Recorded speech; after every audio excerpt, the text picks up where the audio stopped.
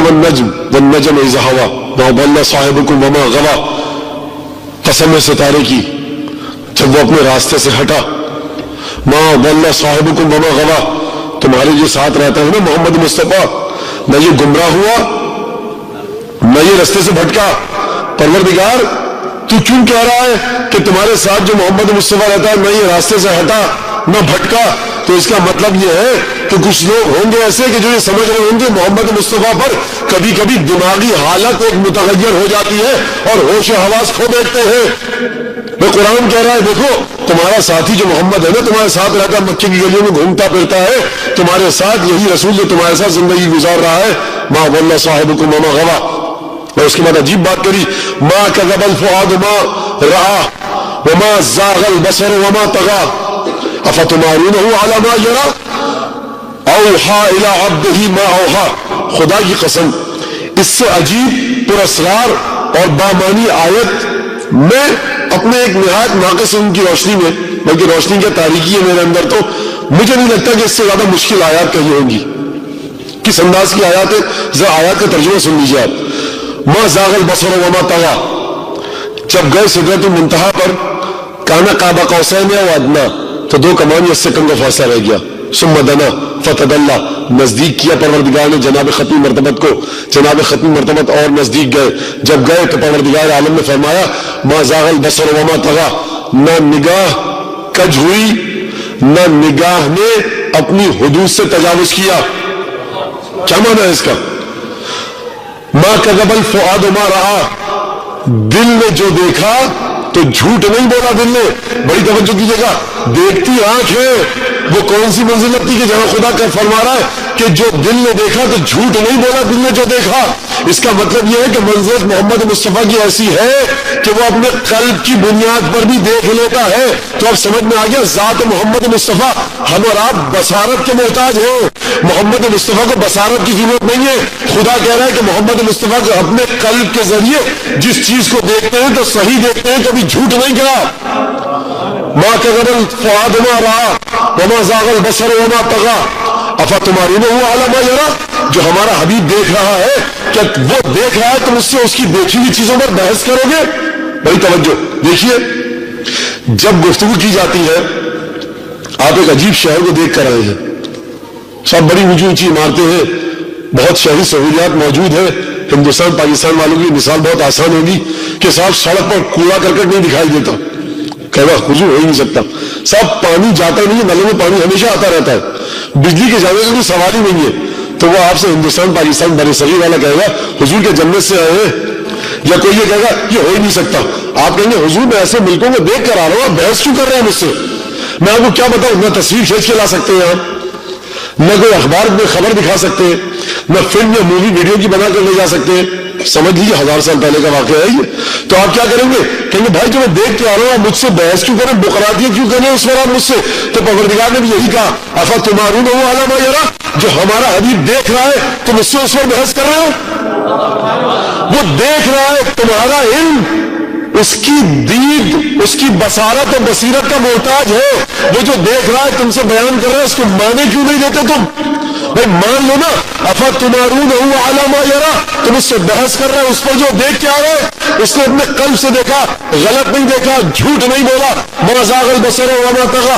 اور پروردگار نے داستان ختم کرتے ہوئے کہا، یہ سورہ ختم نہیں ہوئی ہے، جو آیت میں پڑھنا چاہ رہے ہو ختم ہو گئی ہے، سورہ اور طویل ہے۔ فرمایا افتمارونه علی ما یری، اور پھر تمام بنی نوع انسان کی ناک کو پروردگار نے زمین پر رگڑ دیا نہایت ذلت کے ساتھ، ذلیل کر دیا تمام بنی نوع انسانیت کو کہ جو محمد مصطفیٰ کے دروازے سے ہٹے، ذلیل کر دیا پروردگار نے، ناک زمین پر رگڑ دی، بے آبرو کر دیا۔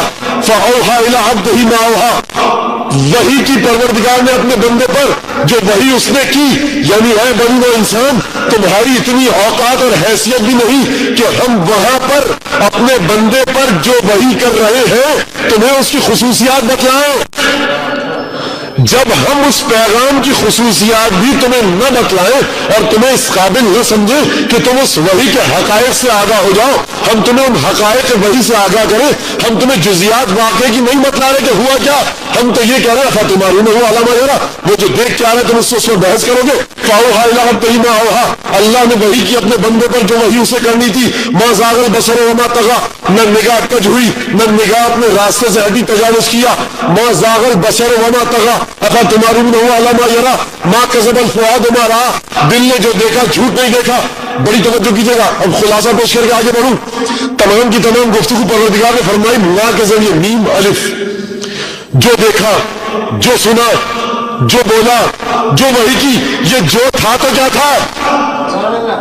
بھائی انسانوں سے ہٹ، تمہاری اتنی حیثیت نہیں کہ تم یہاں تک آؤ، اپنی اوقات سمجھ لو کہ ہم جو اپنے بندے محمد مصطفیٰ پر وحی کرتے ہیں، تم اس وحی کو الفاظ کی صورت میں قرآن میں نازل کرنے کے بھی حقدار نہیں ہو کہ ہم قیامت تک کے لیے زندہ رہنے والی کتاب قرآن میں اپنی اس وحی کی خصوصیات نازل کریں جو سدرۃ المنتہا پر ہم نے اپنے حبیب کو عطا کی۔ تم اس قابل بھی نہیں ہو اور یہ کہتے ہو کہ محمد ہم جیسا۔ ایک سلوات بھیجیے امام حسن مجتبیٰ کی بارگاہ میں۔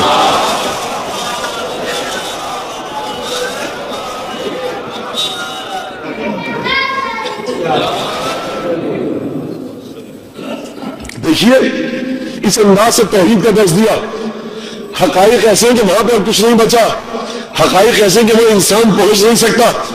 بڑی مشکل بات ہے، بڑا مشکل مرحلہ ہے کہ ہوگا کیا، اب یہ بتائے گا کون؟ جو قلب میں دیکھا وہاں پر وہ الفاظ کی صورت میں بتانا ہے۔ جس ترقی یافتہ شہر کو، یورپ اور امریکہ کی جن عظیم الشان یونیورسٹیز کو، جامعات کو دیکھ کر آنے والے کس انداز سے بتائیں کہ وہاں پر طریقہ تدریس ہوتا کیا ہے، نظم و ضبط کا عالم کیا ہے، طالب علم و طلبہ کی پرورش کس طرح سے کی جاتی ہے، استاد کس طرح سے پڑھاتا ہے، کلاس روم ہوتا کیسے ہے، زمین پر کون سے پتھر ہیں، کرسیاں کس طرح کی ہوتی ہیں، بلیک بورڈ کس طرح کا ہے۔ وہ بیچارہ جو بر صغیر کے ایک چھوٹے سے علاقے میں رہتا ہے ابھی تک اسی گھسے پٹے بلیک بورڈ پر درس پڑھ رہا ہے، اسے نہیں پتا کہ مغربی یونیورسٹیز میں کس انداز سے بورڈ پر پڑھایا جاتا ہے، اور بورڈ پر پڑھایا جاتا ہے یا نہیں پڑھایا جاتا ہے۔ پلاسٹک کی شیٹس ہوتی ہیں صاحب، انلارجمنٹ کر کے انہیں آسمان پر زمین پر کہاں دکھایا جاتا ہے، یہ اس کی سمجھ میں نہیں آ سکتا۔ جو مغربی ممالک سے درس و تدریس حاصل کر کے آیا ہے وہ دیکھ کر آ رہا ہے، اب وہ ایک نہایت غریب اور مفلس افلاس زدہ علاقے میں جا کر کس طرح سے ان طلبا کو بتائے کہ بھائی آپ جس طریقے تعلیم کے مطابق تعلیم حاصل کر رہے ہیں وہ گھسا پیٹا طریقہ ہے۔ یہ ذمہ داری ہے محمد مصطفیٰ کی، حقائق کو دیکھ کر آئے، بتلائے کس طرح۔ اب یہی مشکل مرحلہ تھا، جوش مولی آبادی ان آیاتوں کو پڑھ چکے ہیں، بس یہی پر جوش نے بیان کیا کہ محمد مصطفیٰ کی ذمہ داری کیا ہے۔ بھائی ضائع نہ ہو جائے یہ بن جو میں پڑھنے والا ہوں۔ اللہم صلی علی محمد و علی محمد۔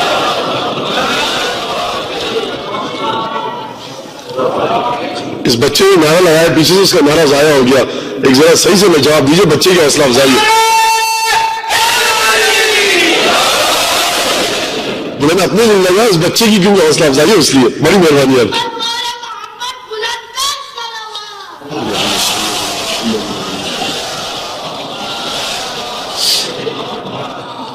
اللہ نور السماوات والارض مثل نورہ کمشکاۃ فی المصباح، اللہ زمین و آسمان کا نور ہے، اللہ زمین و آسمان کا نور ہے، یعنی کہ منور ہے، نور دینے والا ہے۔ کہاں نور ہے؟ نور دینے والا اور ہوتا ہے ایمن ہی بہو، نور کچھ اور چیز ہے، یعنی کیا مطلب؟ اشارہ کرو جوش کے اس بند کی طرف ہو۔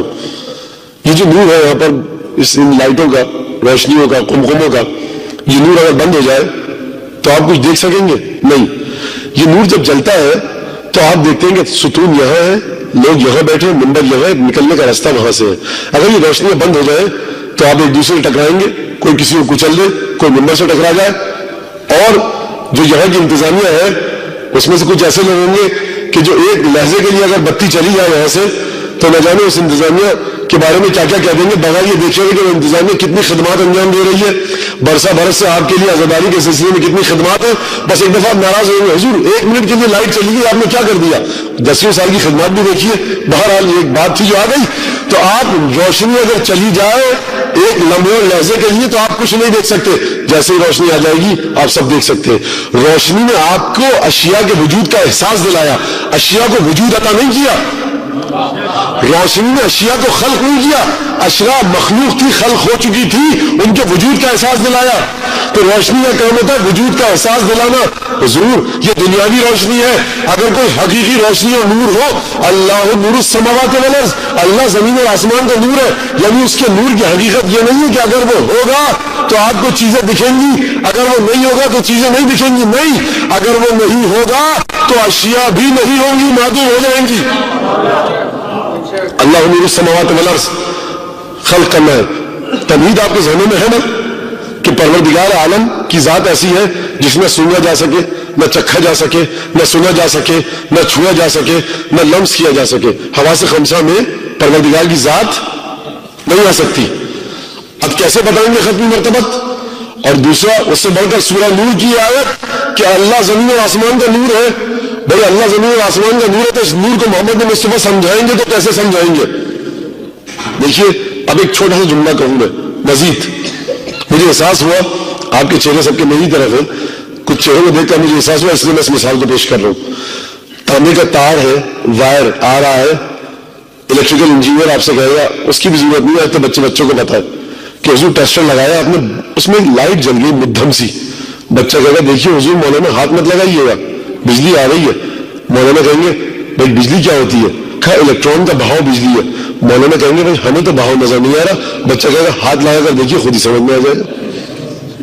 ٹھیک ہے، تو اس کا مطلب کیا ہے کہ ایک چیز اپنے ایک وجود حقیقی رکھتی ہے، مسئلہ یہ ہے کہ کیا میرے پاس وہ ٹولز، انسٹرومنٹ، وسائل، آلات، اوزار ہے کہ میں اس چیز کو دیکھ سکوں یا نہیں۔ خدا حواس خمسہ میں نہیں آ سکتا، زمین و آسمان کا نور بھی ہے، سورہ نور میں کہہ دیا۔ اب آئیے ذرا اب بند پیش کروں میں آپ کے سامنے، توجہ کے ساتھ سنیے گا۔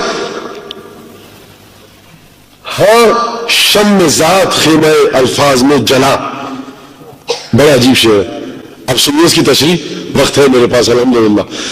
پروردگار عالم کی ذات ایک شمع کی مانند ہے۔ شاعر کہہ رہا ہے رسول خدا سے مخاطب ہو کر کہ یا رسول اللہ آپ پروردگار کی ذات جس کو آپ دیکھ کر آئے ہیں، جس کو آپ نے قلب سے دیکھا ہے، ذات پروردگار کی شمع کو آپ کو الفاظ کے ذریعے سمجھانا ہے۔ ہاں شم ذات خیمہ الفاظ میں جلا، لیلہ حق کو محمل تقریر میں بٹھا۔ لیلہ حق پروردگار عالم سے کنایا ہے، پروردگار عالم کے وجود کو یا رسول اللہ آپ کو تقریر کے ذریعے بتانا ہے۔ ذات پروردگار وہ ہے جو حواس خمسہ میں نہیں آ سکتی۔ مشکل یہ ہے یا رسول اللہ آپ کو درپیش کہ وہ ذات جسے آپ دیکھ کر آئے ہیں کس انداز سے دیکھا، وہ رسول جانے یا خدا جانے، میری کیا حقیقت، لیکن وہ ذات جس کی معرفت رسول نے حاصل کی اسے رسول خدا تقریر کے ذریعے بیان فرمائیں گے۔ ہاں شم ذات خیمہ الفاظ میں جلا، لیلہ حق کو محمل تقریر میں بٹھا، گوشے بشر کو چشم حقیقت نگر بنا۔ متضاد صفات کو جمع کرنا اسے کہتے ہیں کلام شاعر، کمال شاعر کا۔ گوشے بشر انسان کے کانوں کو، چشم حقیقت نگر وہ جو حقیقت کو دیکھ سکے۔ بھائی اگر آیت میں دو متضاد صفات کو بیان کیا تو جوش بھی دو متضاد صفات کو ملا رہے۔ آیت نے کیا کہا تھا؟ ما کذب البصر ما کذب الفؤاد ما رأى، دل نے جو دیکھا تو جھوٹ نہیں کہا۔ دل دیکھتا کیسے ہے؟ بھائی پروردگار کی مشیت تھی، دل نے دیکھا، تو اب جوش کہہ رہے گوشے بشر کو چشم حقیقت نگر بنا۔ یا رسول اللہ آپ جب گفتگو کر کے ہمیں احادیث سنائیں تو اس انداز سے سنائیے کہ ہمارے کان آپ کی احادیث مبارکہ کو سن کر آنکھوں کی طرح دیکھنے لگے ذات الہی کو۔ ہاں شم ذات خیمہ الفاظ میں جلا، لیلہ حق محمل تقریر میں بٹھا، گوشے بشر کو چشم حقیقت نگر بنا، کانوں سے لوگ دیکھ سکے جلوہ خدا۔ بڑی عجیب بات ہے، کانوں سے لوگ دیکھ سکے جلوہ خدا۔ اب دیکھیے متضاد صفات جمع ہوئیں گے، ایک سلوات دیجیے محمد علی محمد۔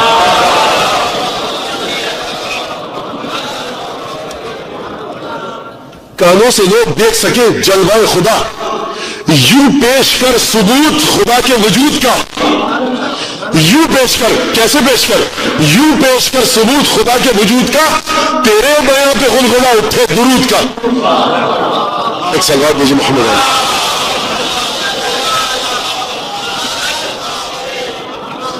اب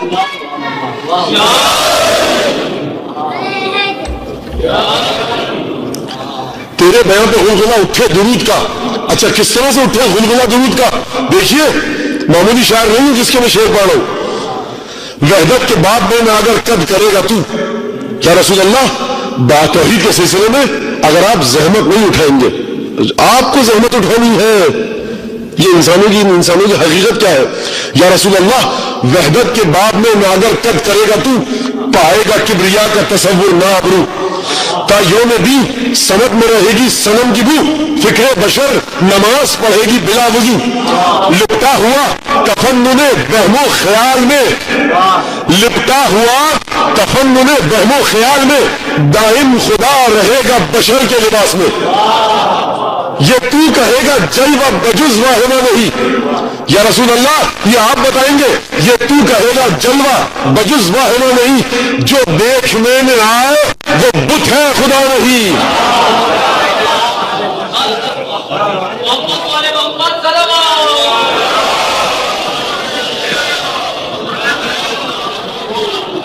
یہ تو کہے گا جلوہ بجز واہمہ نہیں, جو دیکھنے میں آئے وہ بت ہے خدا نہیں. ہے کوئی توحید ایسی؟ یہ توحید اسے ہی ملے گی کہ جو فنا ہو چکا ہو ذات علی بن ابی طالب میں, جو محبت رکھتا ہو علی بن ابی طالب سے, جو عشق رکھتا ہو عشق رکھتا ہو علی بن ابی طالب سے. کیوں؟ کیونکہ وہ دروازے نہج البلاغہ پر آئے گا. کل میں نے عرض کیا نا, جب کوئی یہ سمجھے گا اے مرتضی امام زمان شیر کردگار, عرفان کی سلطنت میں نہیں تو ستائیدار, تیری ادائے ہر کا اللہ وقار, ایک زر پر عبادت ثقلین ہو نثار. تو خند زمین فتنے بدر و حنین پر, پیغمبری کو ناز ہے تیرے حسین پر. جو یہ کہے گا کہ عرفان کی سلطنت میں نہیں تو ستائیدار, جب دل مانے گا یہ کہ علی بن ابی طالب سے بڑھ کر سلطنت عرفان کا تاجدار شہنشاہ کوئی ہے ہی نہیں, تو فکر ہمیشہ توحید پر گفتگو کے دوران دروازے نہج البلاغہ کا رخ کرے گی, کسی اور کتاب کی طرف نہیں دیکھے گی.